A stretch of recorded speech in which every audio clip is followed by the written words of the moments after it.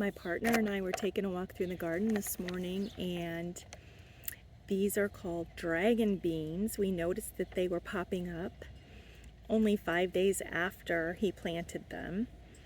And so he was really excited because my partner or fiance, or what I consider calling him the impatient gardener, you can call him either one of those things because he's all those things. He was so excited. He was actually helping them pop up out of the ground. He's so impatient. But yeah, so they only took like 5 days to germinate, and they apparently love the full sun, so they're in a really good spot for that. They're supposed to get like 3 feet tall, so we really don't need, they're like bush beans. So we're really not going to need like a trellis, but that's okay.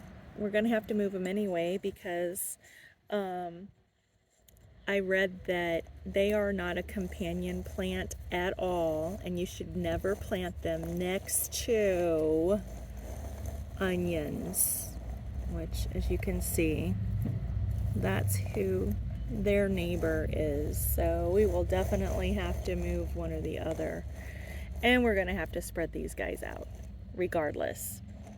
So anyway, they are a Dutch heirloom. I'm trying to, so in case something happens, I'm trying to cover my phone with a paper plate. It overheated a while ago and just shut down. So if you hear some crumbling or whatever, that's all. Or see shadows, that's all it is. My paper plate trying to be an umbrella for my phone. But anyway, getting back to the dragon beans. They're Dutch heirloom. They're a bush bean variety, like I said, and they date back to the Victorian period. So these beans started showing up like around the 1800s and 1900s in the Netherlands, and then they spread all across Europe. And then my impatient gardener, he decided to try his luck himself here in the United States, in the Midwest, in Illinois, with this bean. We just didn't have any luck last year with regular green beans. Plus he said, you know, these just look cool, which I can't blame him. They do. They look really neat.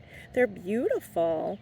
So like when they're little, they're kind of a light green when they're in babies, and then when they mature, they turn into like a pale yellow color, and they're streaked with a deep purple. So they do look really neat. They'll be about 6 to 8 inches long, and they'll take about 2 months to harvest. About 2 weeks after their flowering is when you can harvest them. And apparently the name dragon tongue comes from a fictional character during the 19th century, which, come on, dragons aren't fictional, are they? I wish they weren't. Sometimes we all need a fire-breathing dragon. But anyway, these beans can be utilized at multiple stages of their maturity. So that's really handy too. Like I hear they're best eaten raw when they're small. So you can eat them like a snap pea when they're little. And when they're more mature, you can shell their seeds and eat like a legume. Like you could dry them, use them in soups and salads and appetizers.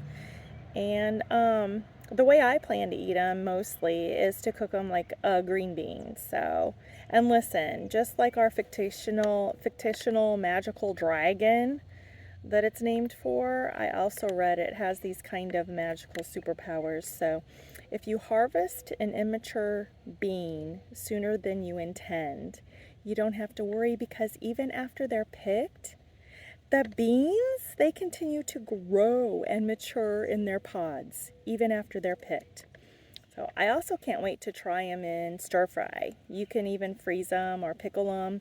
You can eat them after a quick blanch, and you can saute them, use them for soups, like I said, in the winter, cold salads in the summer. And they contain tons of natural vitamins like A, C, K, potassium, magnesium, iron, calcium, protein. They have carbs and just like so much more. And well, eating beans can help the body in maintaining good heart, colon, and stomach health. We all need that, that's for sure. All those things. They're known to adapt in a lot of climates too. So this is a great producer with high yields. And apparently they're more tender, sweeter, juicier than a regular green bean. And so anyway, that's kind of the scoop on the dragon beans. Like if you do see dark spots or traces of mold, you're supposed to throw them out, of course. They're easy to save. You let some of the big heavy bean pods dry out in the sun, and once they're shriveled, you toss them like in a paper bag for a few weeks, dry them out some more, and you'll have seeds for more planting. So that's pretty cool. And let's see. Oh, if you want to, after you pick them, like right after you harvest some, if you want to put them in the fridge right away, you just wrap them up in plastic and then you cook them within 7 days and they should be good to go. So I'm real excited to try these dragon beans out. And like I said, I'll keep you updated and we'll see how they turn out. And I cannot wait. I cannot wait for them to grow and be big. We'll update you on the dragon beans. Until then, if you have any comments, please, or suggestions or how to cook them yourself, comment. If this was helpful, subscribe and give me a like if you don't mind. I sure would appreciate it. And I'll keep you informed on the dragon beans and the rest of the garden. Until then, have a great day.